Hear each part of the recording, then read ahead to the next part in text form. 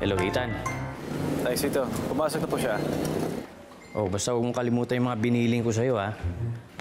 Si Billy, mas mahilig sa gulay kaysa sa karne.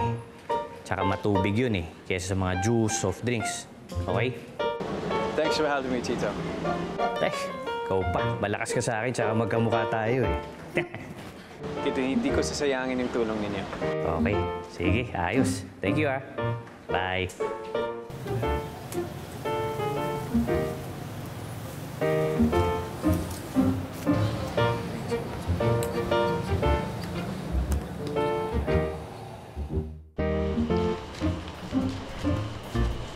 Sir Jai, excuse me po. Wala na po tayong supply ng flour, salt, tsaka sugar. Talaga? Oh, yes po.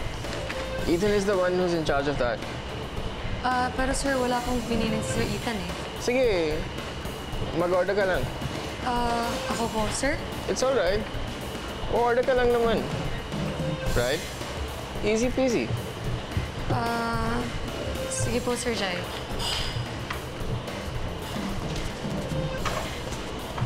Cake delivery! Ito na, Jayo. Hey, Marco. Thanks. Okay lang sa'yo bukas yung check mo. Si Anday kasi nakakaalam nun eh. Oo naman, okay lang. Dito naman ako bukas eh.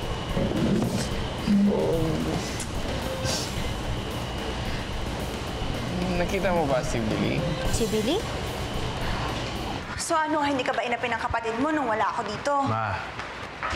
Yuan, ano ba nangyayari sa'yo, ha? Bakit ba parang distracted please. ka? Kailangan ko pang-aralin to. Meron ako meeting mamaya. Sir, may naghahanap po sa inyo. Sino?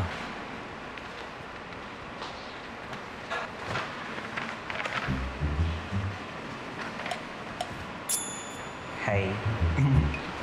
Ba't? Nangyari ba kay Billy?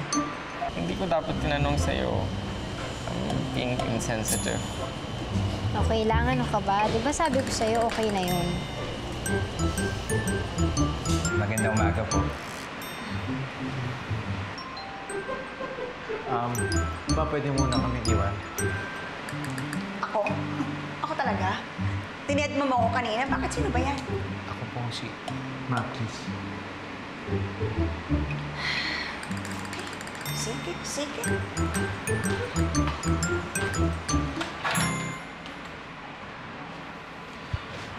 Upo ka, Bats.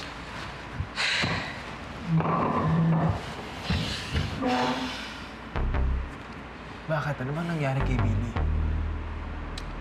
Bro, malala.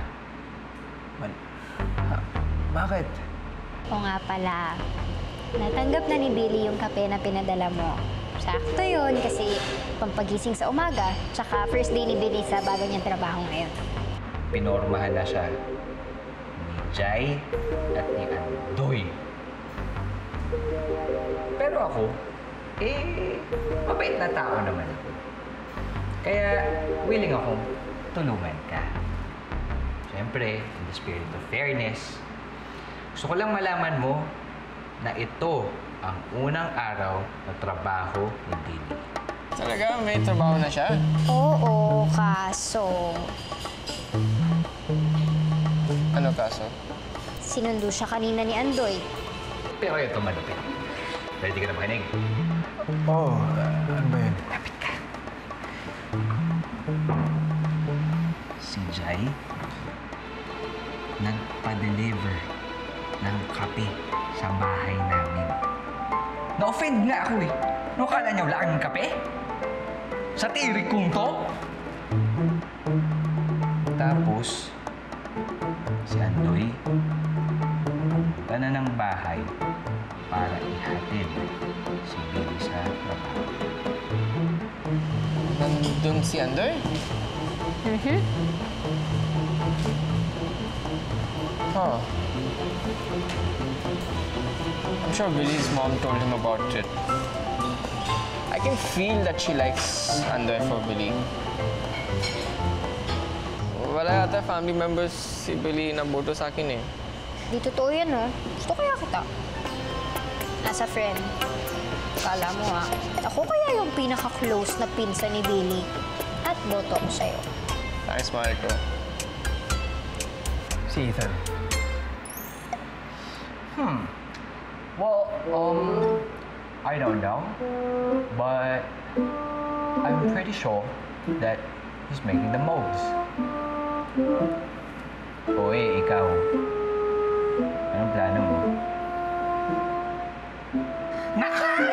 Yan na nga ba sinasabi ko eh.